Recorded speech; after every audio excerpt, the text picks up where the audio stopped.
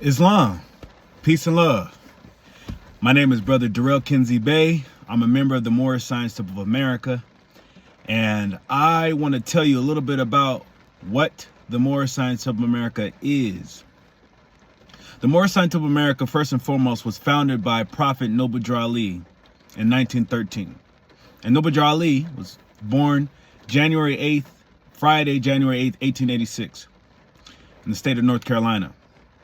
And Noble Drew Ali aspired to organize a religious corporation in Cook County, Illinois. He wanted the organization to be a building block to a full-fledged nation, fully autonomous and self-governing, implementing self-determination in its own right. And so what he did was cultivated a certain culture of thinking, reasoning, willing, and understanding, making that be the nucleus of how we operate and function as a government. Doing so, he also added spiritual elements of principles for us to be able to conduct ourselves not only in the public, but also in the private, specifically where you lay your head, in your home, because charity starts at home. And those principles are love, truth, peace, freedom, and justice. We believe that these are the 5 highest principles known to man. And being that they're the 5 highest principles known to man, we believe that they should be spread to other nations on the planet Earth. So in other words, we advocate for human dignity to be at the forefront of all leaders in many different nations in their mind. And so this process, it began to take shape more so in 1925. And as this process took place, he created a divine constitution and bylaws. The divine constitution and bylaws is as follows: salvation, Allah, unity. The Moorish Science Temple of America, the divine constitution and bylaws. Act 1. The Grand Sheikh and the chairman of the Moorish Science Temple of America is empowered to make law and enforce laws with the assistance of the Prophet and the Grand Body of the Moorish Science Temple of America. The assistant Grand Sheikh is to assist the Grand Sheikh in all affairs if he lives according to love, truth, peace, freedom, and justice, and it is known before the members of the Moorish Science Temple of America. So, in this Act 1, it really is a embodiment of 3 branches of government.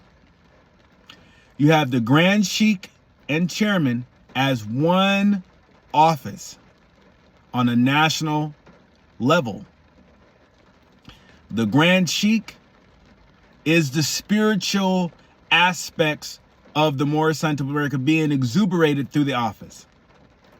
The chairman is more the corporate aspect or the business aspect of the government.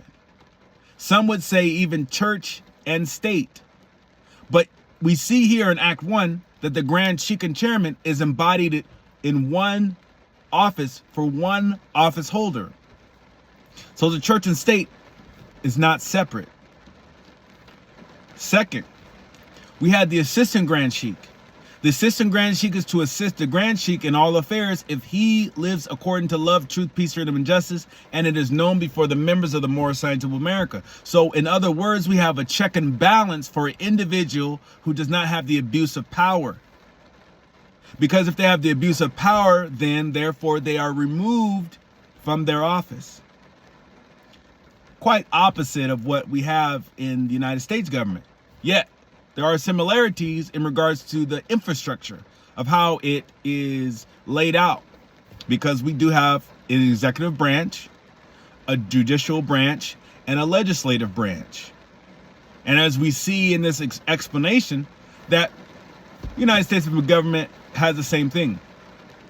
So with that, we have, like the president has a cabinet secretary of transportation, secretary of housing, urban development, secretary of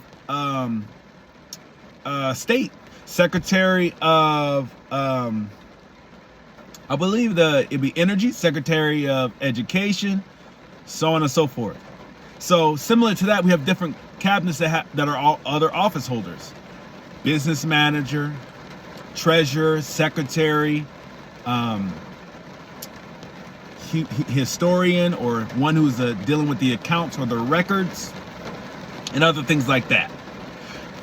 So from there, we also have, as it mentioned, the Grand Sheikh and Chairman is empowered to make law and enforce laws with the assistance of the Prophet and the Grand Body. So now, in this example, Prophet Noble Ali is not he's not physically in his body any longer. He has passed form. However, what was formed by Prophet Noble Ali in his absence was none other than the organizational component called the Supreme Grand Council.